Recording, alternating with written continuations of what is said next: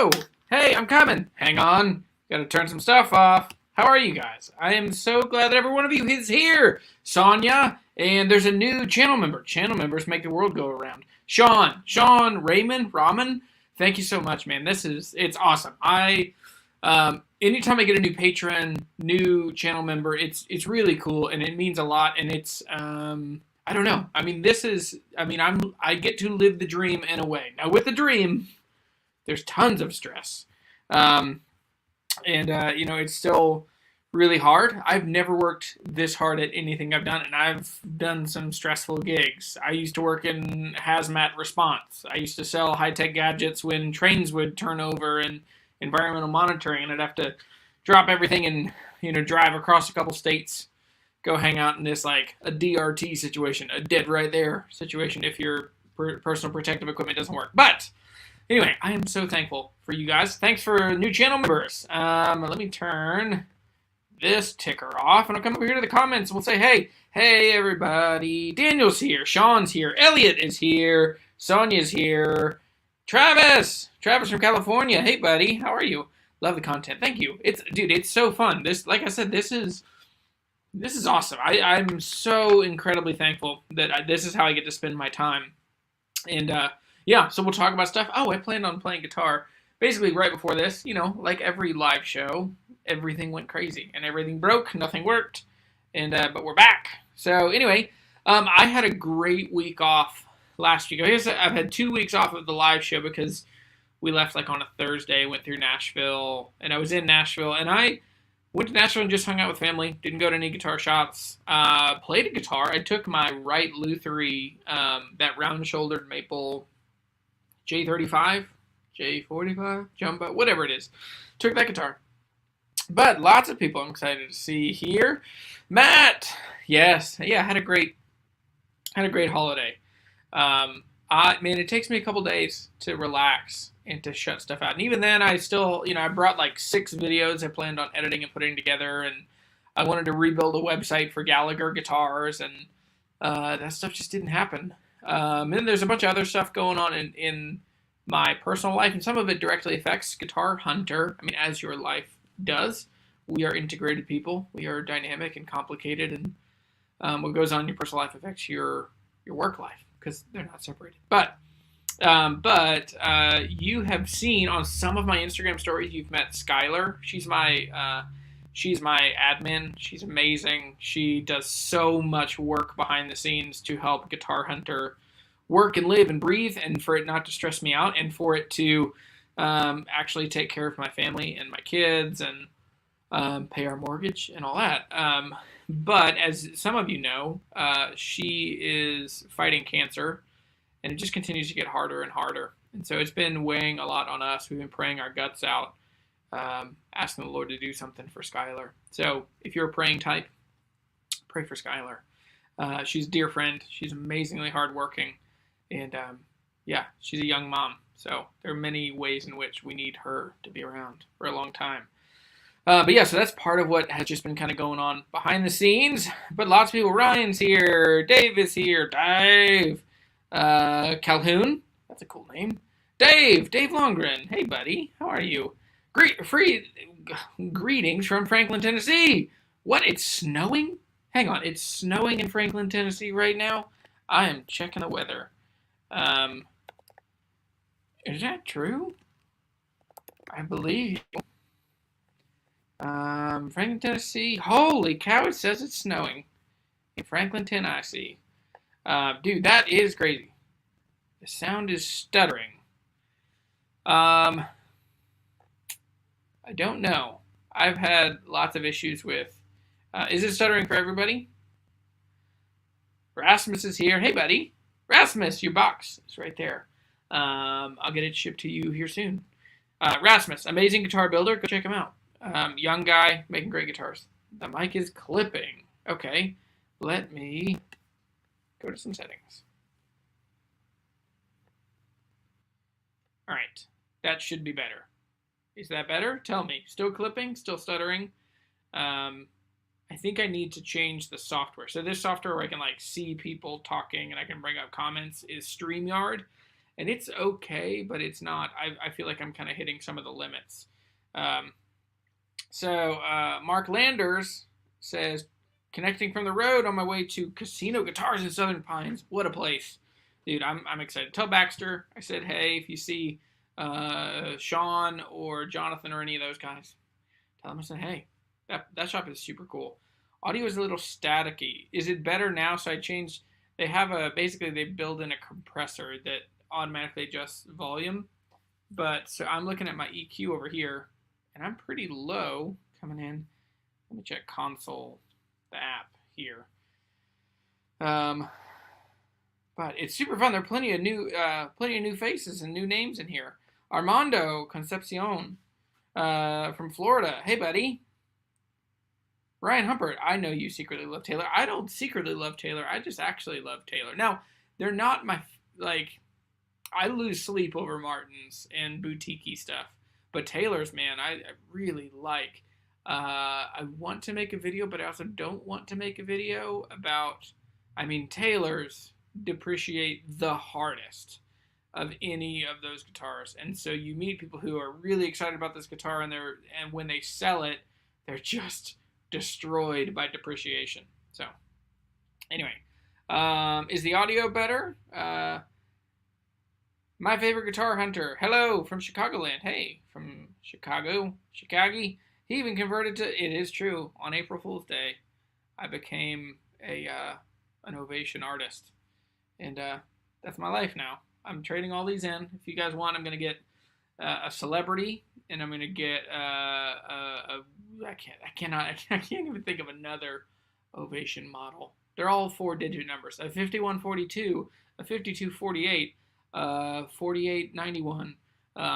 Did I tell you guys the story? I had a friend that a guy that used to come in the guitar shop, and he told me that he knew that his Ovation could hold 6 pints of beer, and that he would, at the end of his show, he would fill up his Ovation. Because I asked him why it's all like cracked up and smells gross.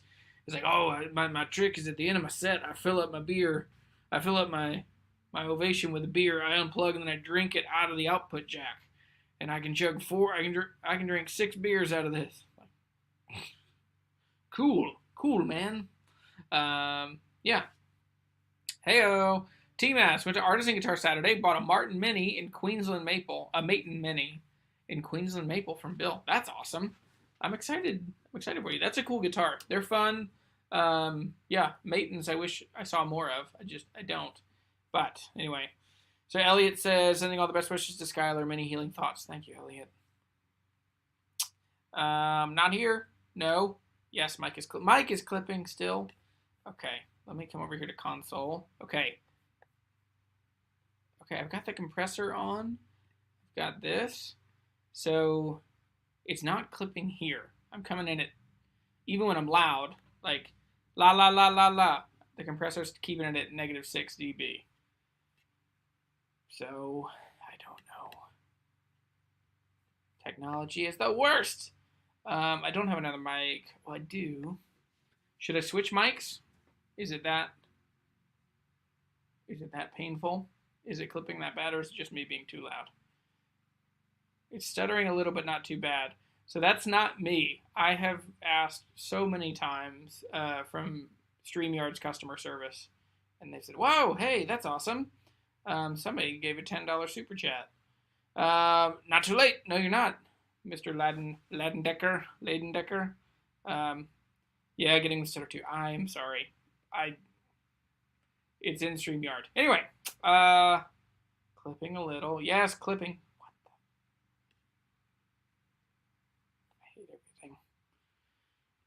Okay, audio. Okay, I'm just going to put this back. So there. That should be, so it's showing that it's not clipping here. I'm only coming in. Wait a second.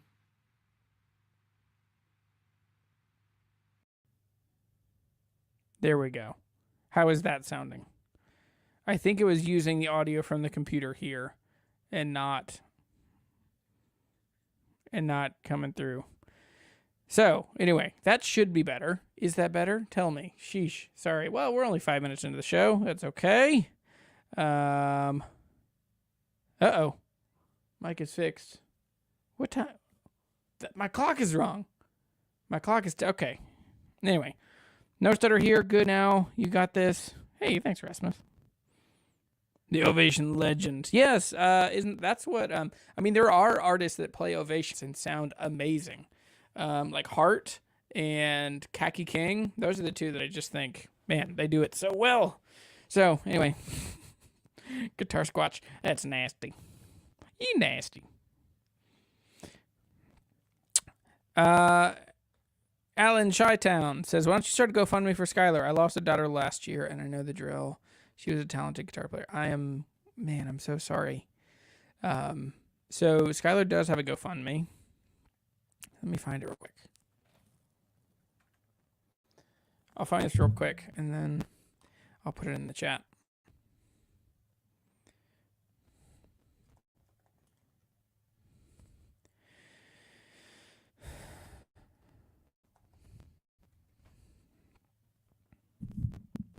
So yeah, so they do have a GoFundMe.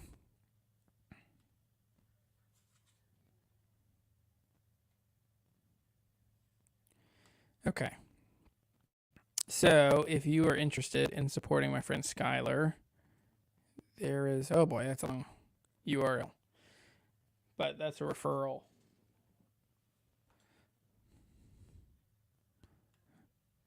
Okay.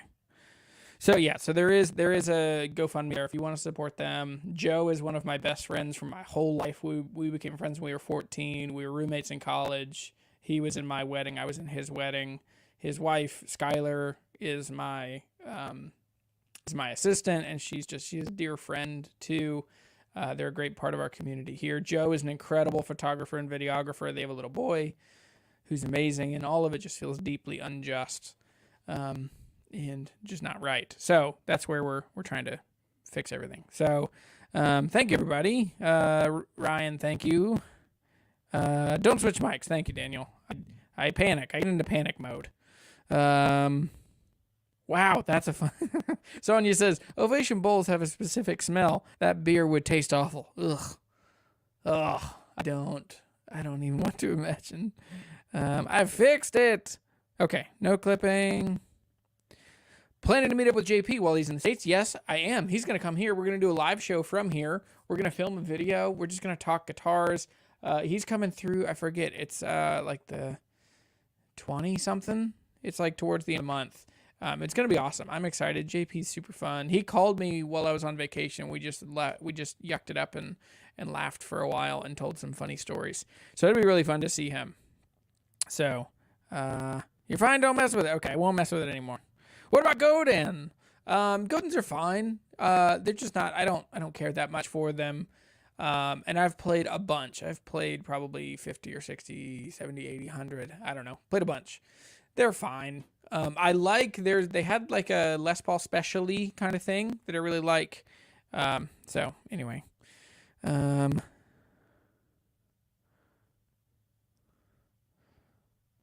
Ovation Folklore.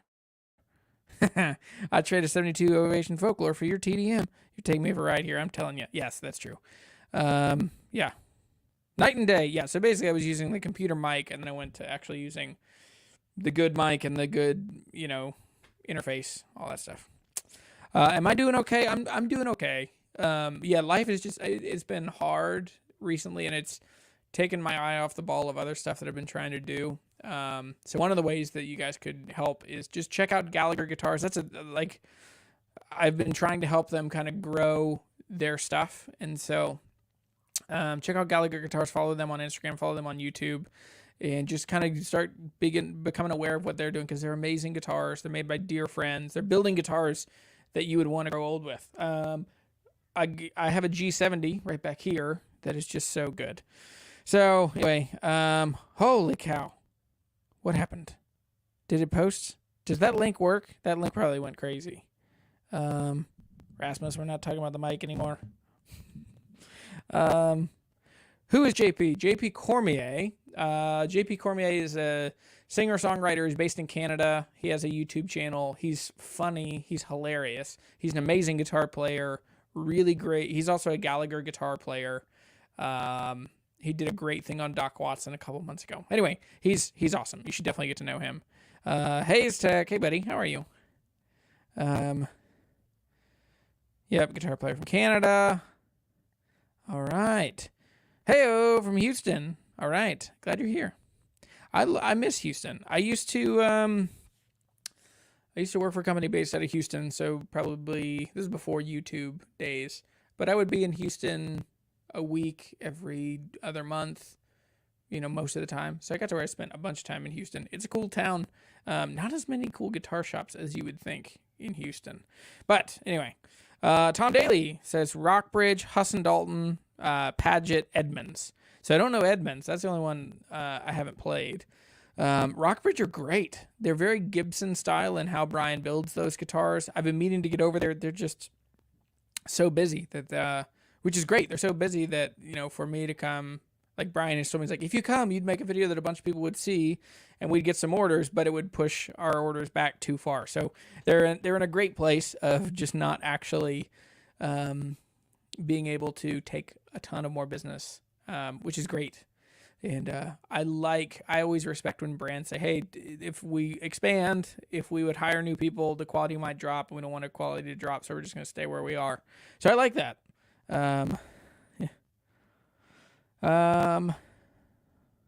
Yeah, I'll mention you. I see plenty of people. I love when I see, I don't check comments a ton. That's not true. I probably check them more than I should.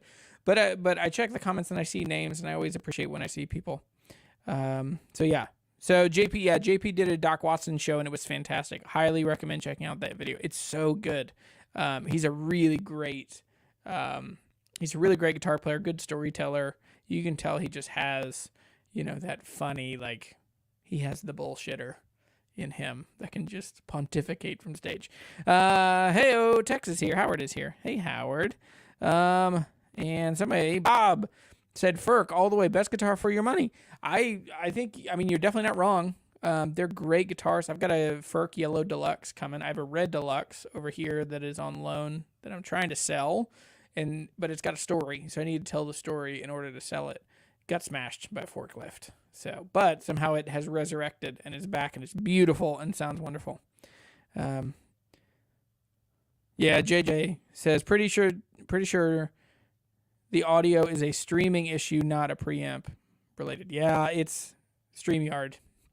Like I have all of the stuff they tell me. They tell me to be at 30 frames per second. Tell me to have certain settings for the audio interface. But anyway, with all that said, we have a ton of stuff to get through. So let's see. Show some gear. That's true. Let's jump into some gear. So with all of that said, here we go. Before we dig in, just a couple quick notes, and you guys know most of this stuff, but this is one of the ways that I take care of my family. Hanging out with you guys, part of that is I get some AdSense and ad revenue from these videos. It's not as much as you'd think, but one of the ways that I am trying to make the world a better, more musical place is by my course. I'm going to come over here. Write Guitars Faster. If you walk into a guitar shop and you feel just stressed out, you don't know how to make sense of what the guitar shop offers and how much you should pay for things, and if you feel like the salesperson is just overbearing and pushy and you don't know enough, I have a course for you that will teach you how to walk into a guitar shop. It'll give you a calm confidence about yourself that you can walk into a guitar shop, know what you're into, know how to get a good deal, connect with the person that's selling it, and also get a good deal that will then snowball into a guitar that you want to keep for a long time that will become part of your guitar collection, as we see guitar collections coming up here soon. So if you're interested, please go check out Write Guitars Faster. It's a 19 video course. There is no possible way that it won't help you fill the world with music and friendship, build a collection that's meaningful to you.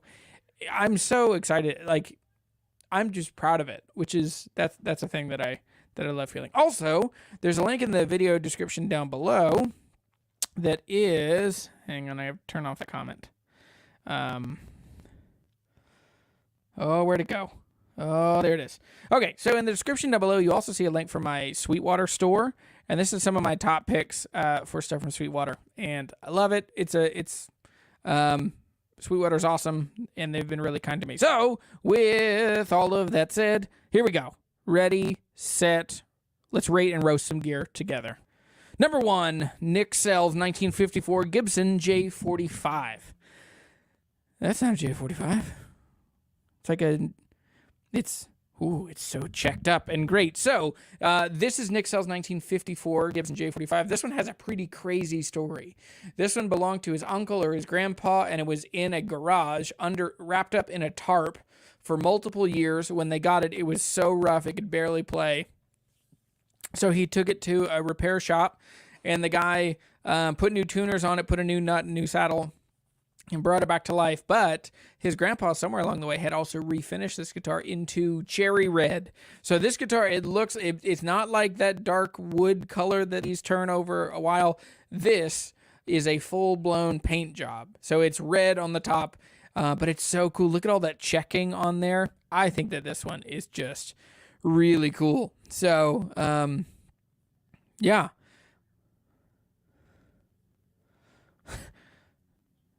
Alan Shytown says, I'm on a guitar timeout.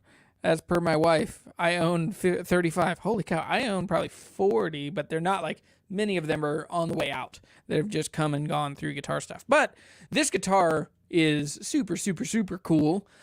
I mean, I still think those white pins, the original, the cool 50s style guard is really cool. I would be curious to look at this guitar up close. Did that pick guard come off when it was painted? Or is it still the burst? It looks like it's the right color over this way. It looks like it's the right color for it to be have taken off, and then the paint's underneath that. But it's still like this feels like rockabilly. That's the thing. And so the look of this guitar might push you into a certain genre move, but I would play this thing in a heartbeat. I would love this guitar. It also, mid-50s, this will put it to having a big, chunky, fun neck. So this thing is, definitely my style. I would be super into this guitar. So with this one, man, I don't really have much to roast on this guitar. But my rating on this, it doesn't get much cooler for me. 50s Gibsons are really cool. Mid-50s are great necks. The pickguards, I like the smaller pickguards rather than the bigger pickguards of the late 50s into the 60s. I like that this doesn't have an adjustable bridge. I love the story, that it has this like crazy story of like, it was almost gone and lost and it was wrapped up in a tarp, and then we found it and we resurrected it, and it's this cool, funky story. I'm into this. This is like a 9.1. This is a guitar that if I had the opportunity, I would try to buy right away. So what do you guys think? I think this is really cool. Yeah, crazy story on this one. I can turn this off. Oh, the guitars in the background are sweet. Yeah, so over here, this is a Gallagher G70, a brand new one, made in Murfreesboro, Tennessee. It's an amazing rosewood guitar. I'm coming around to rosewood. I just love this guitar. It sounds great. Right behind me is a guitar from Billy. This is a 2011, 2009 Fender Special Run and FSR. It's a red sparkle Telly, and it's a Telly Deluxe with the humbuckers. Has a gloss maple neck, which I love. So for me, we traded a guitar on that. But anyway, yeah. So refinished, half the price. That's the kind of the rule of thumb.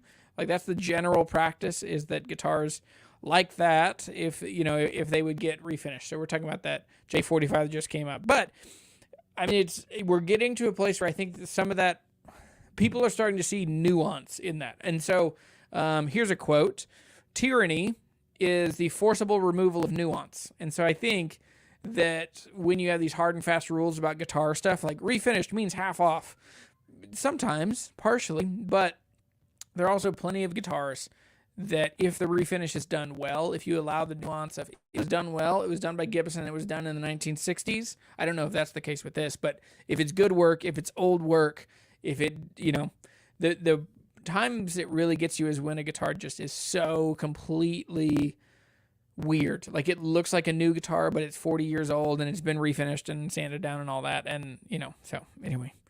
Deja Voodoo says, okay, I thought it was dark tinted spruce, but no, it's painted red. So I think we're coming out of the gate just swinging on this one. So now let's, hang on, I gotta turn that comment off. And, so if we come over here, so 9.1 on that one. And here we go. This is Patrick. Patrick, this is a cool trio. And it's really, says a lot about you, I think. Can I get out of the way a little bit? So, Patrick Ladendecker, I'm sorry. I know you told me how to say your name a gajillion times, but Mr. Ladendecker.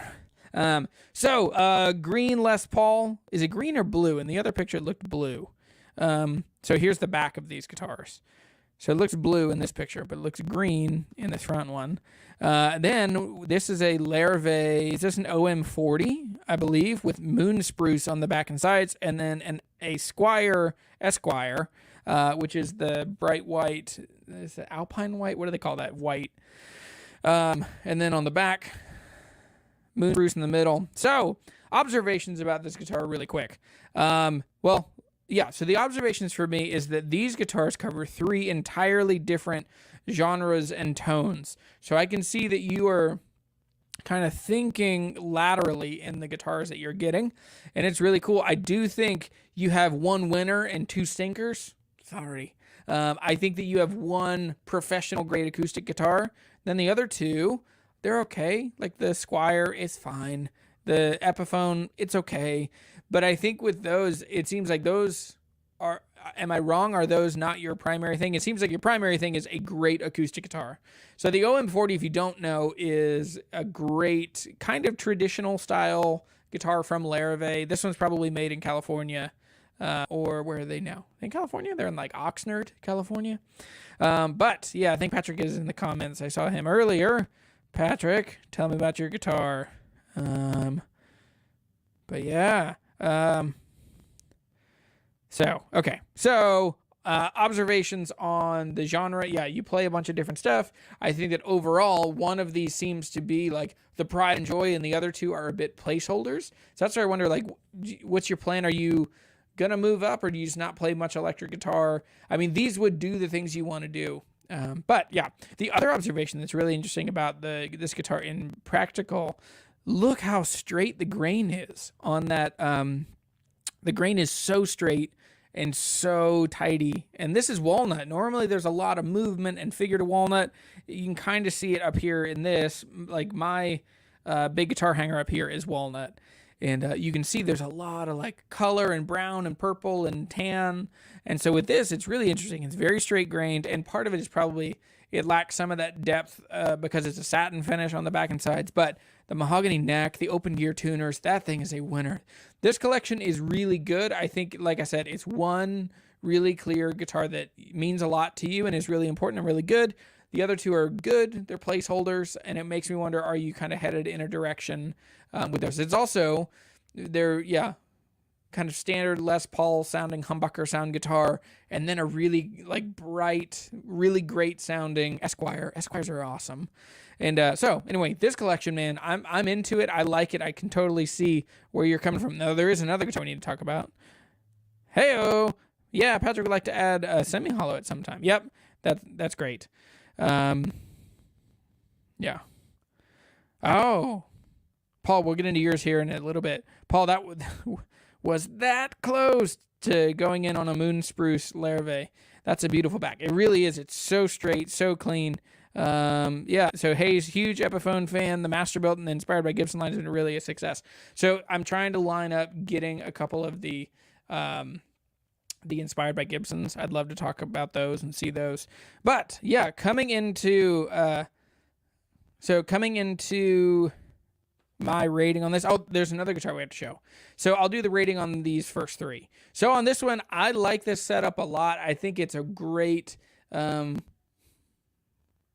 tricycle. You have the big wheel that does most of the lifting and the steering of the whole genre, and then your 2 supporting guitars, if you're tracking or playing out or recording or whatever, is, an Esquire and a Les Paul. So it's a good setup. I'm going to give this like an 8.3. Like, it's good. It's really sturdy, really strong. That OM40 is a winner.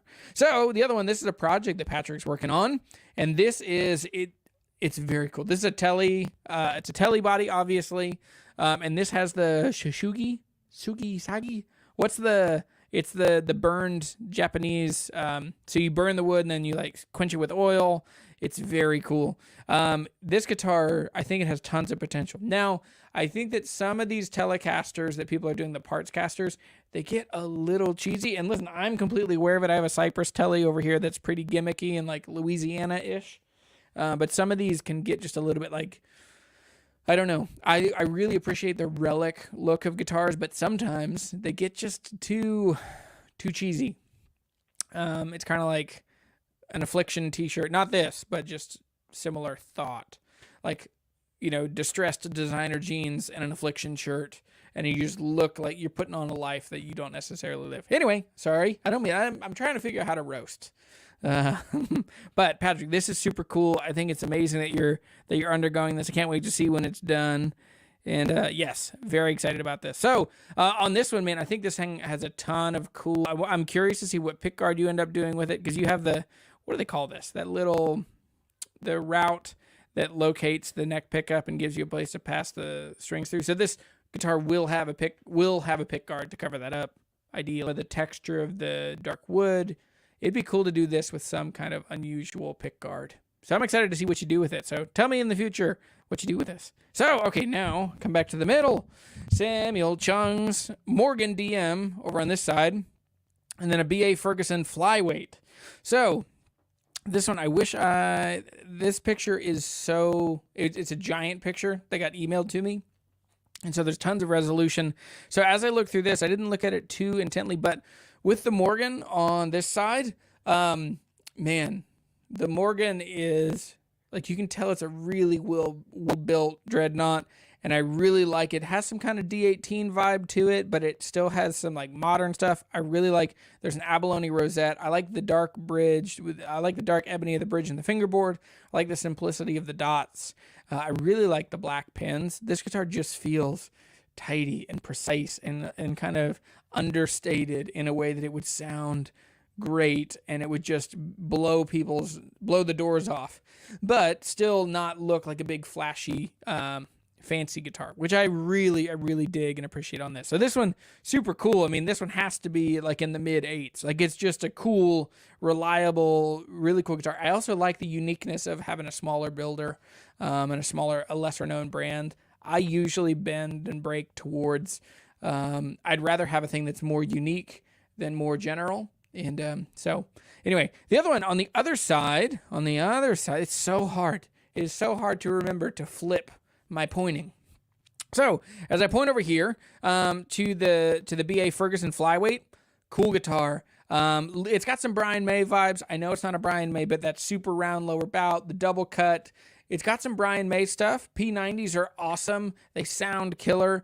But for me, double cuts and specials and juniors, I mean, they're just not my thing. They look a little wonky. So this guitar is definitely like, oh boy.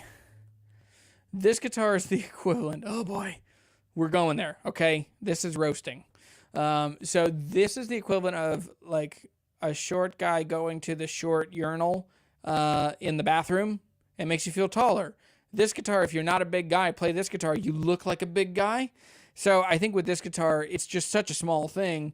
It's going to make you look wonky. If you're too big of a person playing this guitar, it will look like you're playing a kid's guitar. So anyway, super cool over here. Not quite my thing on the other side. So what did I say? 8.5 on this guy.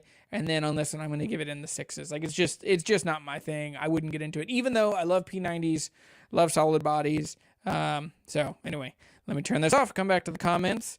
See if I've unsubscribed or hurt anyone's feelings.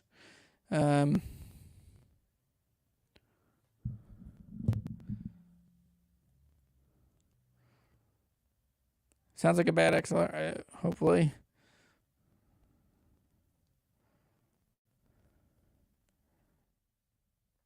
Okay. I'm not going to mess with the microphone anymore. Rougher, not tougher. The Tele project ended rougher than I planned. Yeah, I mean, it's because I guess you're burning it, which, dude, it's so cool. The only place I noticed is like on the bottom cutaway.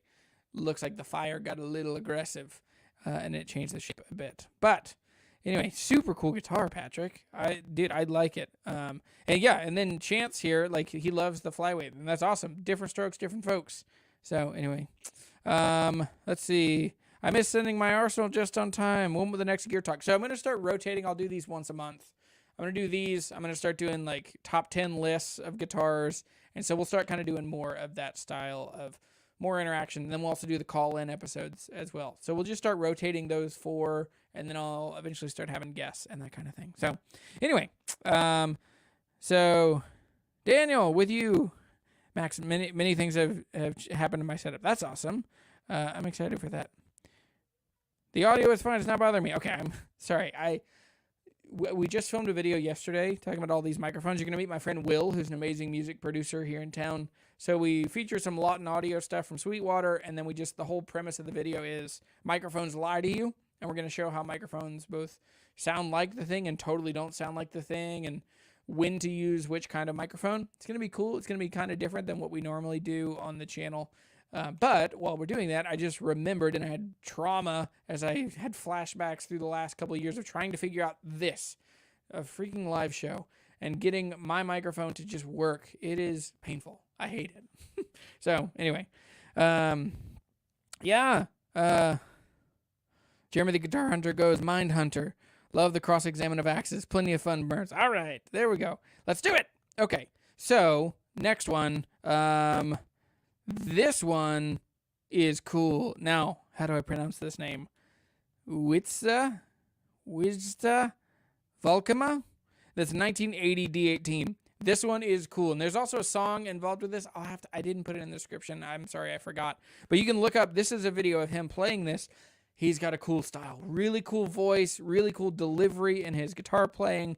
And this guitar looks like a really old guitar, and it is not an old guitar. So I'm going to go back and forth. I'll keep kind of flipping it on and off. So a couple things you would need to think about. This guitar is from 1980, but what decade does it look like to you?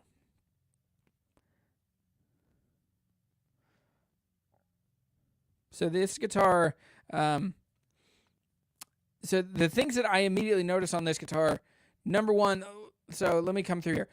The things that make this guitar look like it's from the 1980s, and there are a couple things that have been changed. So number one, look, it's really hard to see in this picture, but how dark that headstock logo is a pretty clear indication this guitar came from the 70s or like late 70s, early 80s. They just got really dark, and there's different reasons why. But the kind of water slide decal they used just got really dark over time. Now, the second thing that looks particularly 1980s about this guitar is how brown that how brown that rosewood is on the headstock, on the head plate, and then also look down here at the bridge, how incredibly brown that is. It's not ebony. This is really chocolatey brown. It's just, for whatever reason, Martin during that time just started making guitars that had really brown, chocolatey rosewood. Fingerboard as well, also very brown. But there are a couple things that have been totally changed on this that make it look incredibly 1950s. So think about this. So look at, so the pickguard has been swapped. I didn't realize that it's not in this picture. The pickguard has been swapped to a very, very, very 1950s looking pickguard. The other thing is, see these metal tuners? So this has been changed to Waverly style open gear tuners. So that's also very 1950s. So what I find so cool and so interesting about this guitar is that it was able to kind of move back 30 years. And so there were a couple minor tweaks that were able to be done to this guitar to give it a really old look and style. And that is what's exciting, is the D18 hasn't changed a ton. I mean, they slowly kind of changed and morphed, and there's a guitar coming up that we'll talk about they just got a little like nerdy, little dorky. So yeah, anyway, this guitar is very cool. I do think this guitar has a bit of an identity crisis because it's very clearly, so most people looking at it would be like, whoa, cool 1950s Martin. But people that know what it is would be like, oh, that is, so the equivalent of this would be, it's like when people, so if you watch Hoovie's Garage on YouTube, he bought a 66 Mustang Fastback that was really cool, but someone had swapped out the engine for a new, like a Fox body, like a Ford 5.0, and they put in like electric power steering from a Prius, and they'd done all this stuff. They put air conditioning in it, so it looks like a thing that's really old, but it's not. It's kind of newer and a little. There's less pedigree to it, but anyway, it's still American-made Martin, and he's an amazing player. It's very cool. I do think it has a bit of an identity crisis, and so with this one, as much as I love this guitar, I'm gonna give it like an 8.1. Like, it's a cool guitar, but 1980 is not a desirable time for Martins. I don't think that this guitar, because this guitar just missed getting an adjustable truss rod by 3 or 4 years. So anyway, 8.1, but super cool. Yeah, very cool guitar. I'm going to grab a drink. Staley, thank you, buddy. Yeah, hit the thumbs up if you were so inclined. That's one of the most helpful things that you can do, and I know every YouTuber tells you that, but I've had a good influx of new people coming to the channel, which is really exciting. I can always tell, because when I get new people, I tend to get meaner comments about me, my physique, what I look like, what I sound like. But for every hater, there's 50 or 60 amazing people that are trying to figure out how to get the right guitars. And I am into that. I'm here for it. So, all right. Yeah, what do you guys think of that? Let's keep going. Oh boy, we got a bunch of guitars to get through. So, we're gonna speed up the clip a bit. Humayun Raman. Wait, you're in here. Isn't this you? I think you're in here. Is this yeah. Oh, look at this. Okay, yeah, let's go back and talk about this for 1 second. So yeah, this is your guitar. How cool, dude. That video is so good. I love your delivery. I love your style. You just seem super comfortable, and it seems like a show were you playing just in a studio? I'm assuming it's like a COVID time, not playing in front of people, just playing on a stage in a room with some cameras. But you seemed super comfortable and natural. Maybe there's a room full of people and I just didn't know. But this guitar's super cool. Yeah, so it sounds like it needs a neck reset, which pre-1984 Martins, they're going to need a reset at some point. But, dude, this thing is cool. It has a vibe. I'm super excited for you. That's so cool. Sean! Okay, Sean, let's get to you. Yes, this is me. Awesome. Let's do it. All right. So, Sean has a Rickenbacker 620, and then he also has a Collings 290. Now, he asked me earlier, last year, he sent me a message saying, hey, I'm thinking about a Les Paul special, or a Les Paul, or this Collings. And I was like, Collings is so much cooler. And again, because I always break towards smaller builders, more unique, but same features, better materials. Because usually, when you get a guitar that meets a certain style, but it's made by a smaller builder, they're getting to pick better materials because they're just building less guitars. When huge guitar companies, commit to building 10,000 guitars, they have to get enough wood for 10,000 guitars, and that has to be all. So it's lowest common denominator. It has to be the amount of wood they can get for that price for them to build the guitars. Where if all of a sudden you're just building, you're going to build 100 of these a year, or however many Collings builds of a 290, all of a sudden all of the materials get to be better. So this thing is so cool. I really like it. It's a familiar shape, and it's a familiar sound. P90s are such a fun sound for a guitar, but it's just a little like modern and tweaked, and it has this like kind of like a nouveau kind of feel, especially with it's just a little off center, little offset. So, dude, this collection is awesome. Also, Rickenbackers are so cool. I love them. So I was talking to my friend Don the other day. He had one of these R's, and his broke, like the cast for the tailpiece. And Rickenbacker said, we will send you another one, but you have to send us your broken one first, because they don't want people having these.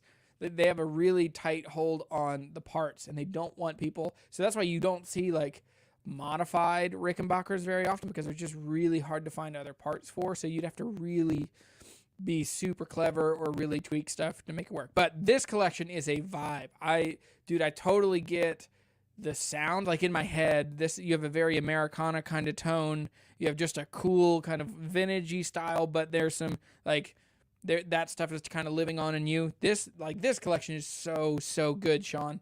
And for me, I mean, I would immediately just want to play both of these guitars back and forth. I'm curious what amp you play through. To me, like this into a Princeton, this into a 5E3 or a Deluxe Reverb or an AC30, an AC15. Oh man, there's some Tom Petty vibes here. There's some Mike Campbell stuff here. I like this a lot. This is like an 8.8 for me. This is so good. So let me come back over here and see what the comments are doing here. I love that. Yeah, hell yeah, that calling slaps. Dude, I'm with you. I agree.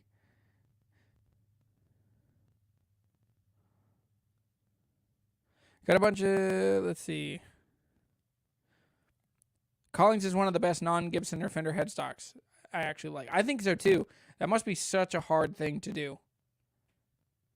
The green Epiphones of a few folks back was super nice too. Yeah, Patrick, look, talking about your guitar. Look at this. That's a great jumbo. Jangle for days till you roll off that tone. Noise. 9.5 out of 10. That's awesome. What did I do? 8 something? 8.8, I think. So Huddy. Yeah, sorry. So it's too late for this week. We're going to start doing these once a month. Yeah. So there's a bunch. Look at that. Small house, Fender 5-watt champ, and a Mesa Boogie. That's awesome. That's a great duo. A Mesa Boogie with these guitars. That's crazy. That's awesome. Yeah. Play through a Fender 5-watt champ, Mesa Boogie, small house. Got it. Man, that's a great duo. All right. Here we go. Joe Frazier. Joe Frazier has a Martin D28. He also has an HD16R. So the 28, man, that thing is just so hard to point. It is just iconic and classic. Just very cool. This is I think this is a newer one, 2019. I mean, it's reimagined. I can see the open gear tuners. That means it's 2019 or newer. This is a really, really great guitar. D28s are just, they're iconic. They are memorable. They're really diverse. They cover a ton of ground. Where I think a D18 is a little more, well, that's not true. You could go either way. D18s, D28s. HD28s, you get to where they're so boomy, so woofy that they're kind of hard to like sit back in the mix. Like it's hard to be subtle with those guitars. But this HD28 is beautiful. I love the pick guard. I like that one little light spot. I think that's maybe as a reflection in the pick guard. But it's a really cool like imitation tortoise guard. Very cool guitar. Now, the other one we should talk about is the HD16R. This is an amazing guitar. This guitar has a red spruce top, Adirondack top. It also has rosewood back and sides. It's all gloss, has herringbone, has a volute. Look over on this side. Has a volute on the back of the headstock. Now, remember I was saying that Martin guitars, they're pretty consistent and they don't change too much, but they did have a slow, creeping, dorky dad at a barbecue vibe. And this guitar has one of the things that kills me. There are 3 things that kill me about some of these guitars. It's mostly those tuners. Those tuners are clunky and uninspiring. To me, these are just, they are function over form. They are function over cool. They are function over fashion. They are convenience. They don't look cool. And so that gets me. These are the New Balances and the tube socks of, guys in their 50s at a cookout. Sorry if that's you. But to me, it's just a kind of dorky dad at a cookout. And so for me, I would swap these tuners, but at the same time, then you're adding 6 extra holes. I get it. You could also put Grovers on there. Grovers would look cooler. I mean, they'd work about the same. That's the thing. The function is fine. They're not going to change that much with the function, but they just look so dorky. Now, with all of that said, the HD16R is, I used to sell it to guys and they would call it the poor man's HD. And they would call it the poor man's 28, which I don't think it is. I mean, it's a beautiful guitar that kind of lives. I mean, every now and then Martin or Gibson or Taylor, they just make a guitar that's accidentally way too good. And they show just how much difference there is between their intermediate guitars. I mean, this is a pro guitar, and then there are super expensive stuff. So this guitar versus an HD28 is basically, there's one thing that is different. They are both red spruce tops. I mean, talk about it. It's like a marquee or a custom shop 28. So you get a marquee 28 with a red spruce top. You get East Indian rosewood back and sides. You get herringbone on the top. You get a volute on the neck, mahogany neck, ebony bridge, ebony fingerboard, everything else. The vintage yellow tuner, the old style pickguard, everything about this guitar, with the exception of this is a bolt-on neck versus being a dovetail joint in the neck. And the difference, I mean, these were pricey. These were $2,000, $2,200 when they were new, in the mid 2000s into the early 2000 teens when I was working at a Martin dealer. And then you have a huge jump. You'd be at $3,500 to get this in an HD 28 with a red spruce top with a dovetail joint neck. And the only real difference is how they adjust the neck. And I promise you, there is not a $2,000 difference, $1,500 difference in the quality of tone just on the neck joint. So this is, dude, Joe, this is a freaking great guitar, and I'm so glad that you got it. It is a total sleeper. Now, it's not a sleeper in the sense that it's affordable, used, but there's so much guitar for the money. So anyway, the HD16R is a really, really, really great guitar. So this duo, I mean, they're very redundant. So that's the only thing. These two paired together, they do so much of the same thing that I think you might be better, like, diversifying. Like, get the opposite of one. So either keep the 28 or the 16 and then trade or sell the other one. Get, like, a small body like a 00 in mahogany, or get a big jumbo in maple. Get something that's just totally different, like tonally, and also can be more specific or broad, however you kind of visualize how you do your guitars. See Joe's in the comments over here. Socks with sandals of tuners. Yes. Love that volute. Those tuners, though. I'm with you, buddy. Maybe just swap the tuner buttons. You could. These are the Goto tuners, so sometimes the tuner buttons don't work very well to swap. But yeah, you could. The other thing is you could do Grovers, and they would match the same holes, and you'd be able to change the bushings. You might have to ream the tuner holes as well. That tone, or that the top looks perfectly smoky bar aged. Yeah, it's I mean, they were pretty yellow when they came out new. So anyway, is it a D18 or a D19? The D19 was supposed to look older. So the D19s, I think, are somewhere Koa. Yeah, and then some are just a little darker in color. This is one to take with, and also a house guitar. Yeah, there you go. Cool. Well, okay, so I don't see Joe in here, but this is a really, really great duo. And so for me, like, I mean, it's kind of redundant to have the two, but I could see if one stays at the house and one goes out with you. I mean, both of these are great. Yeah, I'm going to give this an 8.9. Really cool. I would swap the Dorky Dad tuners. Okay, the other things I didn't mention. There's a gold foil logo that they used in the early 90s that's just so glaring, and it's raised. It doesn't bother me that much, but it's just so jarringly not what that logo had been for so long.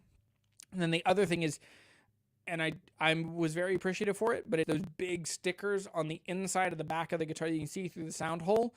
I loved those when I was a kid trying to learn Martin guitars, and I could just look. If I could see somebody playing, I could then kind of crane my neck and look over, and I could see in the sound hole, and it would say, oh, SPD, like, you know, an SPD GT or whatever. Or it would say D16 RGE, and I would know immediately what it was, because the other ways, if you don't, then you have to look in the neck block, and that's really impossible if somebody's playing to know what it is. But I'm thankful for it, because then you have to kind of start paying attention to the details. I'm like, all right, so it's mahogany on the back and sides, it's spruce on the top, or it's rosewood on the back and sides, but there's binding around the neck. What is that? Oh, and there I see the bracing is in a V on the back of the guitar. So, oh, that must be a D35. So anyway, Joe, super cool guitar.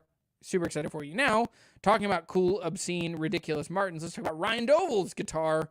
Ryan Dovel has a D40 quilted maple. This is a limited edition. This was sold here in Harrisonburg in Virginia, where I live. and where I used to work at a guitar shop, and this was sold from the guitar shop that I used to work for. Ryan's dad bought this guitar. It's like 90s, like early 90s. And so this guitar is similar to a D41. Yeah, it's similar to a D41. Hexagon abalone inlays on the bridge, rosewood or ebony bridge, ebony fingerboard, Sitka spruce top, has the tortoiseshell guard. But on the back and sides, instead of having rosewood, this has quilted maple, which is really beautiful, really wonderful, and very unusual for Martin. I've played this guitar. Ryan brought this guitar over here to the studio a couple months ago. It's awesome. It does not sound like a Martin to my ears. It sounds like a tight, punchy, bassy, really punchy Gibson-style maple dread. And this is a really cool guitar. This one is so cool. I don't know if I would buy it, but it's just, I love limited editions and special runs. Martin used to do a lot more of this. They don't seem to do as many of them anymore. But this is a really cool guitar, and I could totally see where this would be. Now there's some like history to it, and Ryan, it's like in the family. So Ryan, I know he doesn't play this a ton, but really interesting sounding guitar. So for me, I would give this an 8.6. I mean, it's a really cool guitar. You will never, chances of you running into another one in the wild, almost impossible. Because I bet they only made a couple dozen of these, but super cool guitar. All right. Oh, Ryan, this is Ryan's other collection. So there's some other guitars in here. There's a D28 there, a classical on this side. There's a D28. There's a D16. There's that quilt maple D40. What else? There's a Gibson of some variety up here. There's a Taylor in the middle. There's another Gibson over here. And an older, is that a D35? D28? And then it looks like a little kid's guitar. Ryan has he's got some kids. Dude, this is a fun collection. I can see, like, knowing you and knowing the style of music that you make, I can see where this is coming. Like, this is Americana, this is rock and roll, this is country. The only thing to me is that there's lots and lots and lots of overlap in this collection of guitars together.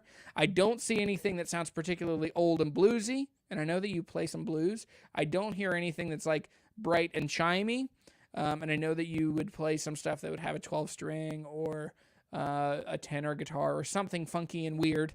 So it feels safe and redundant are the two words for me. And and I'll fight you if you disagree with me, Ryan. But super cool collection. I also love that you're teaching your kids to play guitar and that they're included in their dad's passion. That's the thing for me with my kids. I hope my kids, like one of my kids the other day said, Papa, when I think of you, you are music. You are music around the house. And that just broke my heart. It melted my heart. It's so wonderful. Because that's the thing. I want to use music to create an environment that my kids grow up in and they feel comfortable and loved and known and believed in and encouraged. And so part of that is just, how I play guitar. But it's really awesome. And because I'm not a great guitar player, I'm a very normal guitar player, but I deeply love and enjoy playing guitar. 25 comments. Let me come back over here. Look at this. Share the wealth, Ryan. Yeah, so many. Yeah, not a slope-shouldered fan. That makes sense. There's a slope shoulder coming up that's going to blow your mind. Need more guitars to fill up that wraparound couch. Yeah, what are you doing, Ryan? Get it together, man. Beautiful collection. A lot of dreads here. It's true. More cowbell as well. Yeah. Couch is lonely. Yeah. So it's very redundant. Save some tone for the rest of us, Chance says. Yeah. What do I rate this collection? This collection's good. Like, this is a Shenandoah Valley collection. This is like where we grew up. This is Martin guitars, not particularly fancy.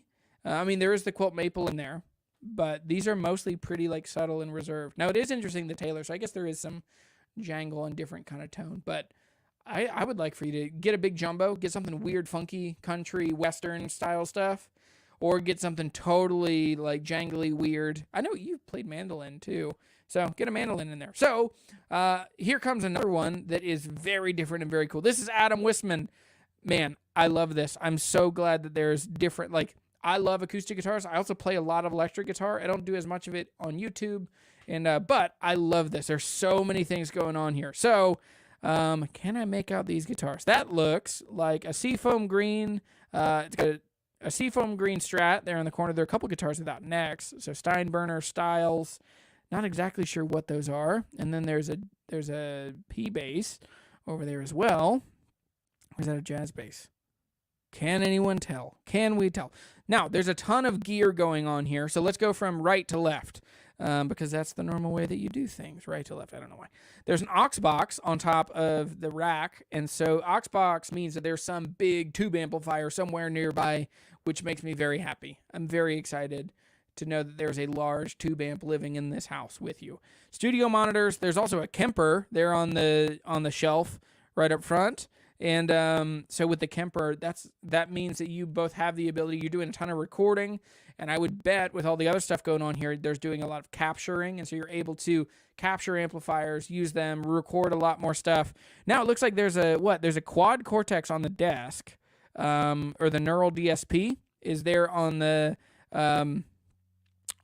tabletop, and then there's, what is that? Is that an HX Stomp? No, what is that? HX Stage. There's also a Kemper. There's a Kemper foot switch down there. Looks like a MacBook Pro, MacBook Air. There on the counter, on the desk. I mean, this is a full range. Like, I can tell that you are recording stuff. This is a studio. You are recording. And what's interesting is I don't see any like sound treatment on the walls. So it would seem like everything's kind of coming out of the monitors or through headphones. And so that's where, for me, it's just a different style. So for me, I mean, there's just nothing cooler than a loud amplifier in the same room as you. So for me, I would have a small 212 cab or even a 112 cab to get some actual sound of the guitar. Now, maybe there's probably a whole other room in here that we're not seeing, but I can tell there's some heavy stuff. There's some punk rock in here. This is a cool setup. I'm into this. This is a thing where I would just come in. I have no clue. Like, this is not my style of thing, but I feel like I would be really excited and really into it. I don't see any pedals, so it means probably most of those pedals are living in the HX Stomp or the Kemper or plugins on the computer, but this is a cool setup. It's not portable, at least from what we've seen. This is all stuff for a studio. And so very cool. Thanks for sending this in. I'm going to do it like a 7.7. Really cool, really functional, but not my style, not my genre. Now, here comes a guitar that you're going to lose your mind. You need to prepare your heart, your mind. Nope, not going to make the joke that I was going to make. But this is Billy Nick's round-shouldered Gallagher. I saw this guitar multiple times when it was being built, but I missed by 2 days getting to see this guitar. Now, this guitar is amazing. Made in Murfreesboro by David Mathis and the team at Gallagher Guitars. This is Sitka spruce and then mahogany back and sides. They just launched their round shoulder maybe a year ago. This is a Gibson-style monster of a guitar. Now, the other thing that's so cool, the black on the top of the pickguard, or the black on the top of the guitar, and then it has the star inlays, kind of like the Everly Brothers. So this guitar is very cool. It pulls some really cool kind of custom guitar from the 50s vibes. I do have one thing I really don't like about this guitar. Sorry, Billy, I haven't told you this. I'll tell you this now. I think that pickguard is the wrong choice. I just don't like the tortoise shell, particularly such kind of a fake-looking tortoise shell on a black guitar. I think it should be a black pickguard or a white pickguard. White pickguard would have been so much cooler to give it that kind of tuxedo look that would match the stars. Missed opportunity. Maybe we can send it back. Send it to me, and I'll get a pickguard on it for you. This thing is awesome, though. This is like a 9.0 for me. In my hopes and dreams in the next year, I will get a round-shouldered Gallagher. That's a goal. Matthew Phillips. Matthew Phillips has such a cool collection. If you don't follow him on Instagram, he has an amazing voice. He's a great singer and songwriter, plays out a ton, puts a bunch of videos of him playing out in bars, and he has a cool style. When I see these guitars, I feel like I'm getting to know who he is and what he values. Round shoulders. Look at this. There are four round shoulders technically here. From left to right, there is a Larrivee. He just got this one. He was talking to me about this. I think it's a D40 slot headstock. So it's a 12 fret slot headstock. That is such a cool guitar. Next to that is, I believe it's an Alvarez Yari or it's an Alvarez 12-string. It looks like John Gomm's, his Loudon. Like it's really worn in, maybe a cedar top, mahogany back and sides. That's a really beautiful guitar. Next to that, is that a J35, I believe, with the M80 or the M1, whether it's passive or active. And then, so both of those, there are two guitars there with the M1 pickups. And then another Larrivee. So that's cool. So Larrivee, Alvarez, Gibson, Larrivee, Martin. And man, this is a powerful setup. Now it is, I love, like, this feels like, let me turn this off. This feels like variations on a theme. Like, I know who Matt is and what he likes, and I can see that he's covering, like, from the jangly 12-string on this end all the way over to the boomy bassy round shoulder dread on this side, and all those that fit in the middle. There's a Martin in there. There's two Larrivees in there. I just get it. And then also I can tell that he's a songwriter and he's playing out a lot and he's playing in bars because he's got a really reliable pickup. And I like that it's a pickup that if anything goes wrong with it, you can reach it, you can get to it, you can fix it. You don't have to, you're not at the like shoving your arm inside the guitar to try and fix it and freaking out. This is just it works or it doesn't, and I can fix it pretty quick. Now, I don't know if these are M1s or M80s, if they're passive or active, because then the battery. But even then, so probably if these are active, even if they are, you can get to the battery pretty quickly on these. So this is a cool setup. I mean, this is like, I get who he is. This is an 8.9 for sure. I'm going to come over here to the comments. I'm going to drink a little more water. I can feel a cough building. Paint it black. Yes, very Elvis Presley vibes. David Burkhart. Hello, fellow hunters. Hey, buddy.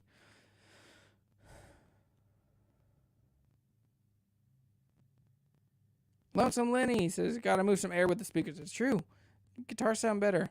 Yeah, we missed I saw the metronome. I missed it. I didn't talk about it. No tubes, no love. So, yeah, talking about Billy's guitar. Ethan, let me find yours. I can't read them. I'll just go very quickly. We're coming towards the end. All right. Well, maybe this is you. No, this is Chance. Chances. Dude, this is, and you sent me more pictures than this, but this is a vibe. I want to come to your house because of this picture. Because, look, you have good light. You have good books. You have cool art. You have amazing guitars. Made in Texas. This is, so it's a custom shop 330. The 330 is my favorite Gibson that has ever been made. I would love to own a 330. I want aged nickel covers. My friend Mike has one that he's going to let me borrow. It's my favorite electric guitar ever. His is a shorter scale length. I just love it. So the 330 is a just monster of a guitar. It is so cool. It's like an Epiphone Casino, but this is one of the rare situations in which an Epiphone is cooler than a Gibson, and I'm into it because I would love the 330. Epiphone Casinos, they're fine, but I think that a 330 is so cool. I also think a gold top, so I think this is a Les Paul Classic or Les Paul Custom. No, it's not a Les Paul Custom, but the gold top here in the middle, super, super, super cool. And then my favorite of favorites, like a guitar that I would love to own, is the white Les Paul Custom, very Randy Rhoads. Gold hardware, I guess it's if you're going 95%, go 100%. So go with gold top, but very cool setup. This thing, dude, I'm into this. This is a great setup. It makes me want to come to your house and hang out. And yeah, very just cool Americana classic. And for this, man, I'm going 9.2 on this one. All right, I'm going to keep going. Next one, Chance. Oh, this is Chance's 2021 HD28. Great guitar. Herringbone guitars are awesome. They're bassy. They're boomy. They're loud. They're a great lead guitar. They lack some subtlety because they have so much confidence in themselves. But these guitars are great. They're amazing recorded.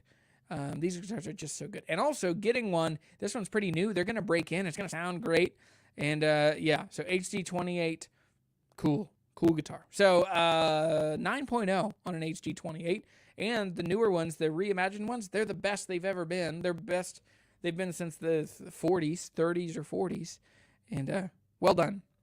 Paul Dick! Paul is here. Look at that. Oh, that's a Martin 0015 SM. That is, what's that in the middle? What is that? Who are you? What are you? Eastman? Eastman. I think it's 2 Eastmans. And then there's a Strat and a Telly and a Les Paul, but it's a different. Anyway, Paul, I know you're in here and you told me about this stuff, but I forget what's what. Yeah, I don't know if I would swap you could swap the covers on your 330 and it would be awesome. But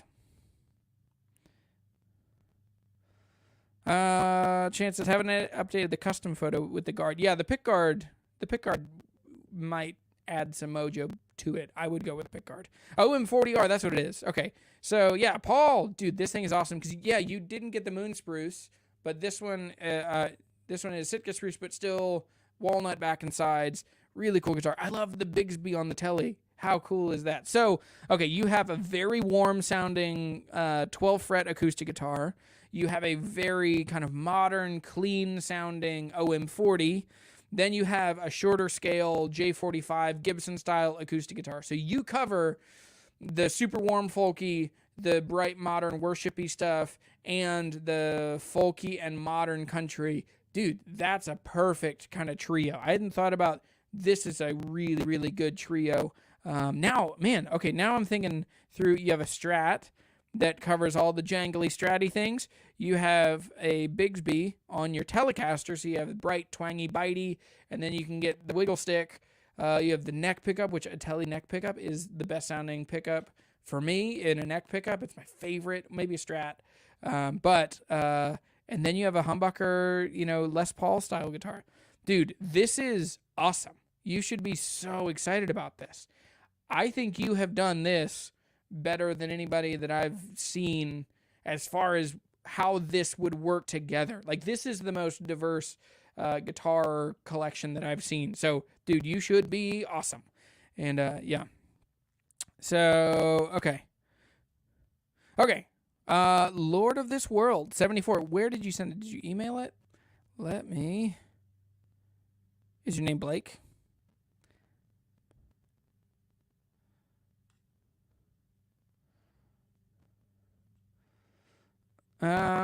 Let me.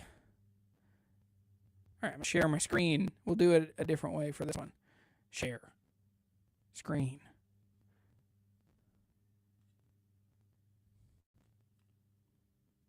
There we go. Can you see that? I'm gonna click back quick. Oh, hang on, I gotta turn this off.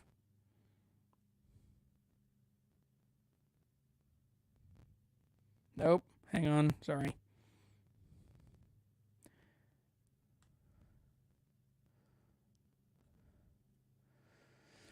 All right, share screen. Yes, there we go.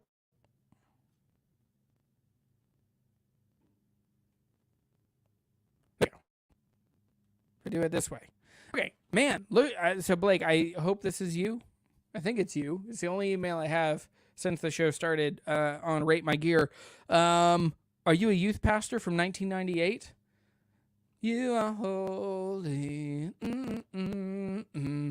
Dude, this thing is for guitar players that only know E, A, B, and a bad C sharp minor, like a full bar C sharp minor with that G sharp just in there, just clanking around.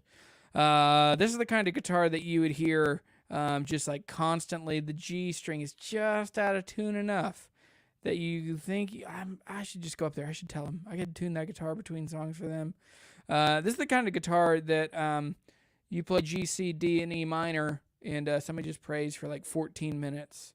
And you start with D, then you go to C, you walk it down to a B, and then when people think you're going, oh, he's going to go, to an F sharp, or he's going to come back to D. No, you go to B flat. You're a B flat man, and you do that, and then you back to a D. So anyway, this is looks like a Martin DM. A DM1 D1MCE. I think this would be. So this would have a Fishman pickup. Am I right? I'm gonna click over here. And is that right? That's actually the most roasting I actually did on this. It was close. This is like my youth pastor's guitar from when I was in middle school. Like this exact guitar. Youth pastor from 98. Yeah, this is for sure. So anyway, it's a cool guitar. These have come up in value a lot. These are the original Rhodes series. So when people talk about like the Rhodes series now, they're missing out on the fact that they were so good and so bassy and so full, and they had great pickups and they just worked really well. They would go anywhere. Like my youth pastor took that to like 15 different countries, and he always carried it with him, and he was super gracious to me, let me play guitar. You know, I remember in like middle school, playing. The only time he ever told me I couldn't play his guitar was right after a pizza party. He's like, your hands are too greasy, and which is fair now that I have kids. I don't have any middle schoolers, but I can imagine. But anyway, yeah. Oh, this is funny. Passes the 60 cycle hum, does it church test with flying colors. That's awesome. Yeah, that was my worship roast. That's the only thing I really have. Yeah. Anyway, this has been super, super fun. Was that your guitar? Sent you a picture to rate or roast. As far as that guitar goes, it's a monster. It's reliable. It's like fun. Let me see. I think that might have been all of them, or do we have more? Oh no, we have two more. Robin Murphy. Robin Murphy with the coolest Dan Electro I have ever seen. Now I think he must be in the UK, but there are three guitars here that are so entirely preposterously different. Number one, this Dan Electro humbucker, looks like a Tele neck pickup in the middle position, and then a lipstick in the neck. I'm assuming 2 volumes and a tone, maybe a volume and 2 tones, 3-way selector, matching headstock. This is cool and funky. Now, what's interesting is I love like the bright kind of pastel colors, and so this blue in the background behind the Robin Murphy is so similar to this guitar here. There's also an orange 112 cab in there. It looks like a Victory. Is that a V40? No, that's the smaller one. This is their lunchbox. And some pedals in there too. I see a tube screamer, and I see other pedals I can't recognize just from this far away. But cool setup. You also have a 68 Deluxe Reverb reissue. I remember that with the drip edge. I have a real one back here behind me. And then the black and gold Strat, which is not my thing. I just don't like the gold. Now, part of me, like, so New Orleans, where I used to live in Louisiana, they have the pro football team, the Saints. And so they're black and gold, black and gold, black and gold. And they would always say, "Who dat?" And but I just think black and gold on a Strat. It reminds me, because for a long time Squier sold Strats in this combo that were they were in this combo, but they were just super cheap. It's something about the bright white of the pickup covers, and the knobs and the switch and the gold. I don't know. It's just not my thing. But cool Strat. Everybody needs a black Strat in their life. And then last of all, this is a total sleeper from Martin's. This is an OM21. This is a beautiful, great guitar. I love the color on the top. I love the rosewood back and sides. I love the subtlety of the tortoiseshell binding. I think that this guitar is just a perfect kind of fingerstyle guitar. OMs are also awesome because they're a longer scale length, so they're going to feel more like a dreadnought. They're going to be a little louder. They're not as jangly as a triple 18 or 21 or 28. Now this one also looks like, this one has the Dorky Dad at a barbecue tuners as well, and that big stark gold foil logo on the top. But I've owned a bunch of OM21s. I think I've owned 4, and they're monsters. I love them. I don't ever keep them. Don't know why.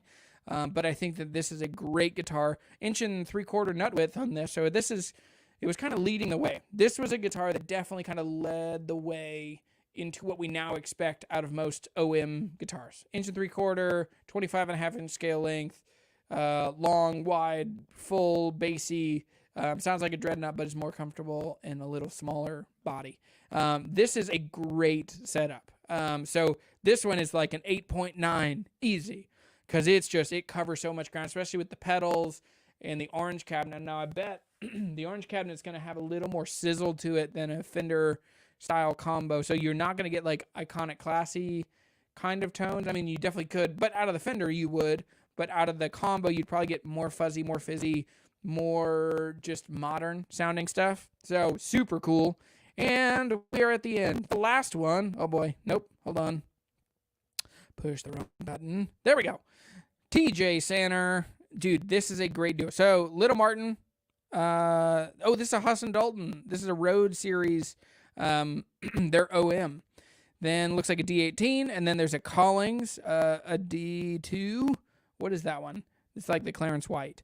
Then there's a Taylor GS Mini, and my least favorite Martin of all time ever, your little boat paddle down there, the Martin backpacker. So there's a lot of redundancy in this. I love this collection. I love the top three, like the three main guitars are bonkers. The Collings is bright and boomy and punchy and loud, large sound hole. This is a lead guitar player. This is a Tony Rice. This is a jump out in front of everybody. The D18 is way more chill, has a lot more subtlety to it, and would be able to kind of sit back in the mix, be great for singing and playing with. The Husson Dalton OM scratches a very specific kind of boutique kind of itch. This is the guitar that saved Husson Dalton when the financial downturn happened in 07-08. This is the guitar that they kicked into gear making to just grow their brand and to keep people working. And they basically made no money on these guitars.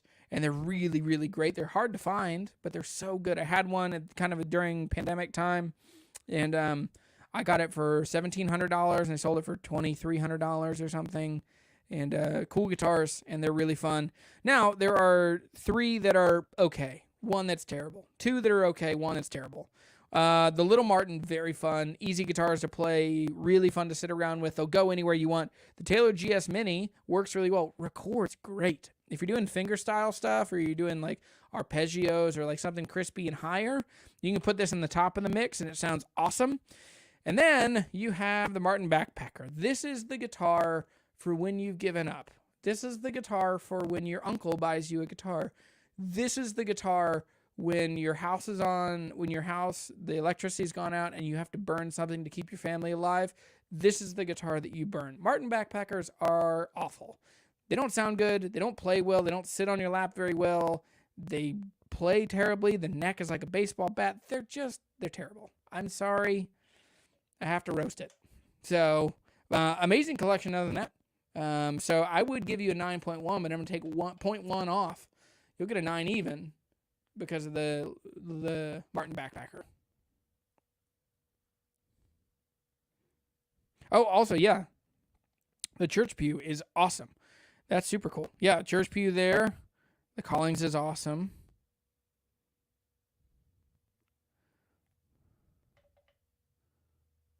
It's the UK here.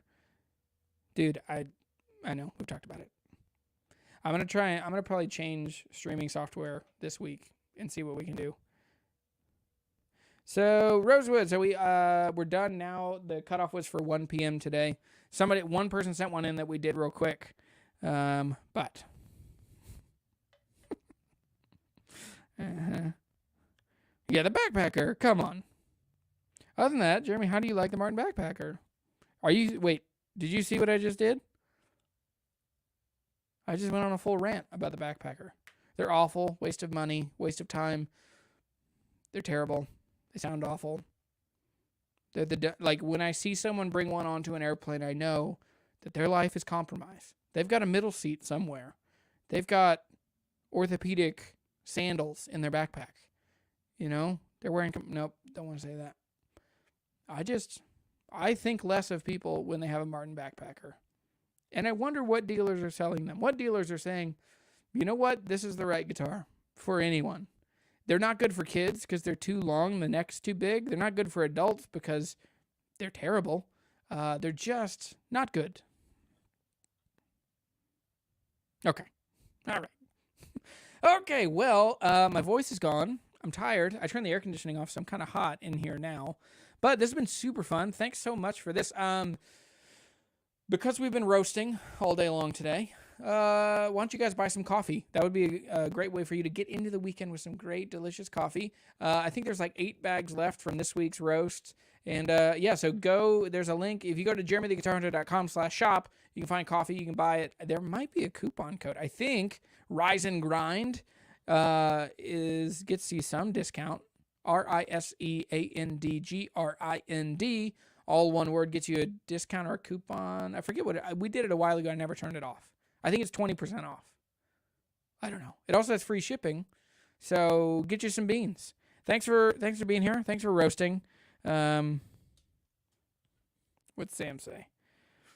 Sam says, if he sets the backpacker on fire live, you should get him back the point plus a bonus point. Yes. Yeah. You do that, I'll give you an 11.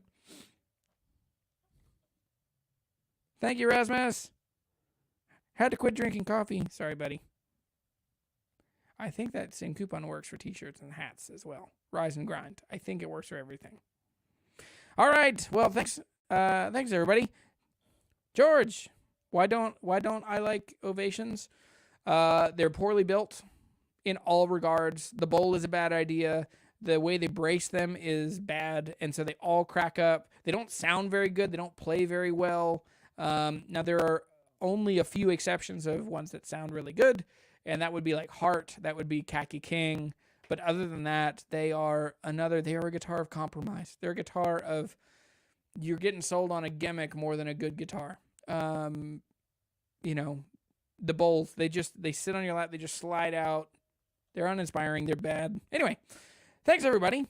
Go fill the world with music and friendship. Also, I will put in the description in this video afterwards a link for Skylar's GoFundMe if you guys are interested. Thank you so much. I'll see you guys later. Have a good weekend. Bye.